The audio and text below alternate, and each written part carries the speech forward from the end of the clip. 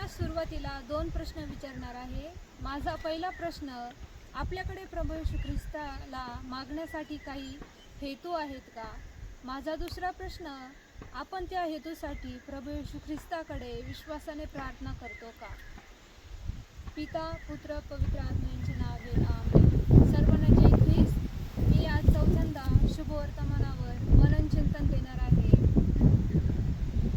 आजचा विषय प्रभू येशूवर दृढ विश्वास ठेवणे आणि प्रभू येशूच्या गुणकारी स्पर्शासाठी प्रार्थना करणे.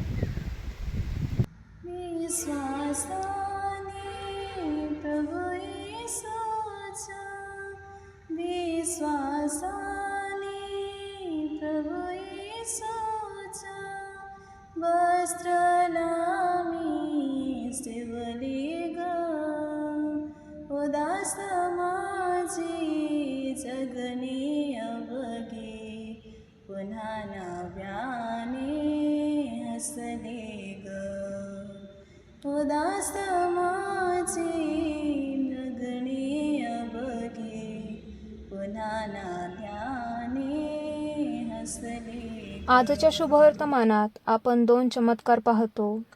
12 वर्ष रक्तस्रावाने पिडलेली स्त्री येशूच्या वस्त्राच्या गोंड्याला शिवली आणि ती पूर्णपणे बरी झाली. तसेच अधिकाऱ्याच्या मरण पावलेल्या मुलीला येशूने स्पर्श केला आणि तिला जीवनदान दिले. पहिल्या स्त्रीला रक्तस्रावाचा आजार होता, तर दुसऱ्या मुलीच्या रक्ताच्या नसा बंद पडल्या होत्या. यहुदी समाजात रक्तस्राव झालेल्या स्त्रीला अशुद्ध मानत होते, तरी ती बाई तिच्या जीवनामध्ये कधीही निराश झाली नाही. ती नेहमी आशादायी राहिली. तिच्या वाईट परिस्थितीमध्ये येशूवर विश्वास ठेवला. कोणी एक अधिकाऱ्याचा येशूवर पूर्णपणे विश्वास होता.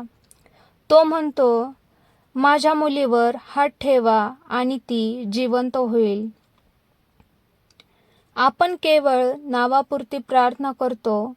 जेव्हा आपण दृढ विश्वासाने आणि मनात कोणतीही शंका न ठेवता प्रार्थना करतो, तेव्हा ती प्रार्थना सर्वात सामर्थ्यवान ठरते. म्हणूनच सुख असो वा दुःख असो, आपण नेहमी येशूकडे जाऊया. अगदी आपल्याला त्याची गरज वाटत नसली तरीही आपण त्याच्याकडे जाऊया. प्रभू येशूशी असलेली आपली मैत्री अधिक दृढ करण्यासाठी आपण काही प्रयत्न करत आहोत का? येशू आपल्यासोबत आहे. येशू आपल्याला बरे करत आहे आणि आपल्याला नवजीवन देत आहे. आपला त्याच्यावर विश्वास आहे का? आज आपण विशेष रीतीने प्रभू येशूच्या गुणकारी स्पर्शासाठी प्रार्थना करूया. आमेन.